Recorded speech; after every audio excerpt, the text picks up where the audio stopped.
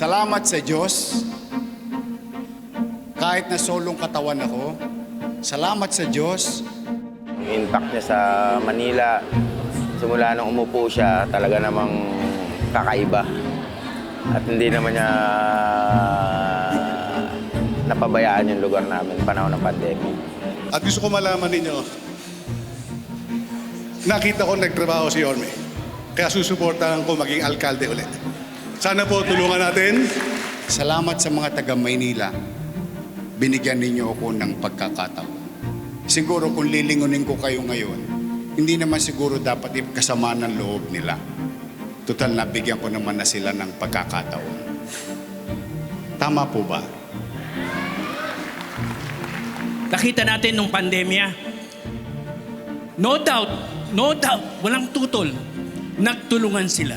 Nagtulungan. Hindi natin maitatanggi yun.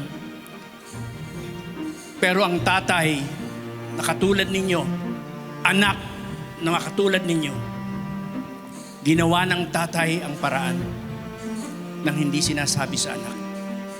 Hahanap siya at hahanap ng ipagtutusto sa kanyang anak. At hindi sa amin sinasabi ng aming ama kung saan niya kinukuha para lamang kami ay matustusan. Ganon si Isko. Hindi natin makukwenta yung ngiti, yung ligaya, kasi walang hanggang tuwa yun. Na kahit papaano, ay, meron kami lahat, mayaman, middle class, mahirap. Butante, nakahirate, sa karamdaman. Mahalaga pa rin siya sa lungsod ng Maynila. Good luck po at welcome po ulit. Good luck ho, Mayor. Asa kayo sa aking kabarangay. Makakaasa siya sa aming tulong. Mahal na mahal ko kayo.